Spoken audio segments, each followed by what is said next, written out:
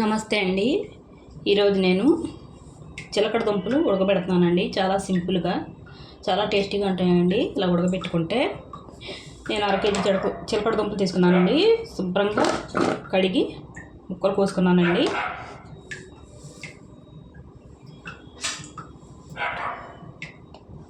ఇందులో నెయ్యి వేసుకోవాలండి. చూడండి, 1 స్పూన్ అండి. వేసుకుంటే కొద్దిగా ఎక్కువైనా వేసుకోవచ్చండి. ఇంకొద్దిగా వేస్తున్నానండి నేను.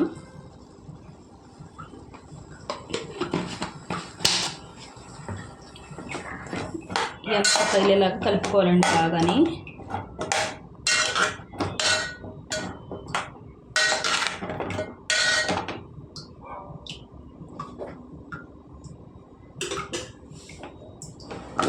ఇలాగైనా చేసుకోవచ్చండి, ముక్కలన్నీ తగిలేలాగా.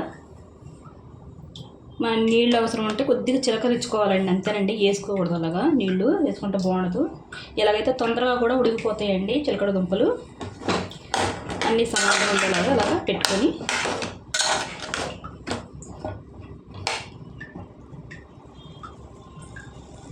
మూత పెట్టి మగ్గించుకోవాలండి.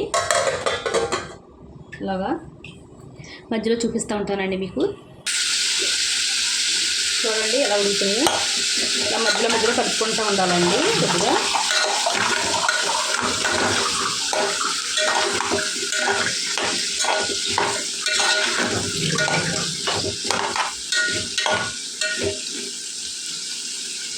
బెల్లం వేసుకుంటున్నానండి కొద్దిగా. ఇందులో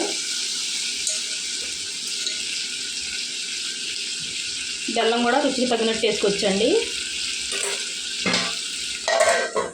మూత పెట్టుకుని వండుకుందామండి. కొద్దిగా నీళ్ళు వేసుకుంటున్నానండి నేను. మరి ఎక్కువ వేసుకోకూడదండి, కొద్దిగా వేసుకుంటూ ఉండాలని. అవసరం ఉంటేనే వేసుకోవాలండి, లేకపోతే అవసరం లేదండి, అలాగే మగ్గిపోతాయి. మూత పెట్టుకొని మగ్గించుకుందామండి. సిమ్లో పెట్టుకొని మగ్గించుకోవాలండి. చూడండి, మధ్యలో కలుపుకుంటూ ఉండాలండి ఇలాగా.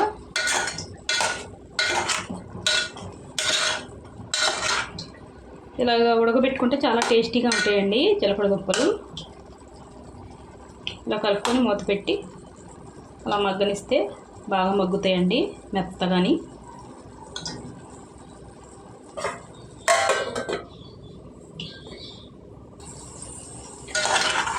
చూడండి, ఉడికిపోయాయండి.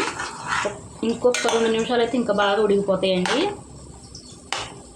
ఇలా ఒకసారి మీరు ట్రై చేయండి, చాలా టేస్టీగా ఉంటాయి ఈ చిలకడ దుంపలు. ఇలాగ వండుకుంటే చాలా మంచిది కదండి హెల్త్కి. చిలకడ దుంపలు తింటే ఇలా ఉడికిపెట్టుకుంటే ఇంకా బాగుంటుందండి.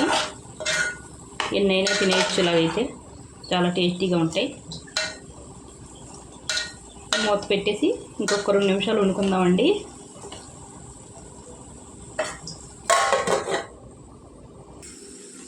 చూడండి, ఉడికిపోయాయండి. చూడండి ఎంత బాగా ఉడికినాయో అసలు మెత్తగాని. చూడండి ఊరికి ఇలా చూడండి ఎంత మెత్తగా ఉన్నాయో. చాలా టేస్టీగా ఉంటాయండి ఇవి. ఇలా ఒకసారి మీరు ట్రై చేయండి. వీడియో నచ్చితే లైక్, షేర్, సబ్స్క్రైబ్ చేసుకోండి.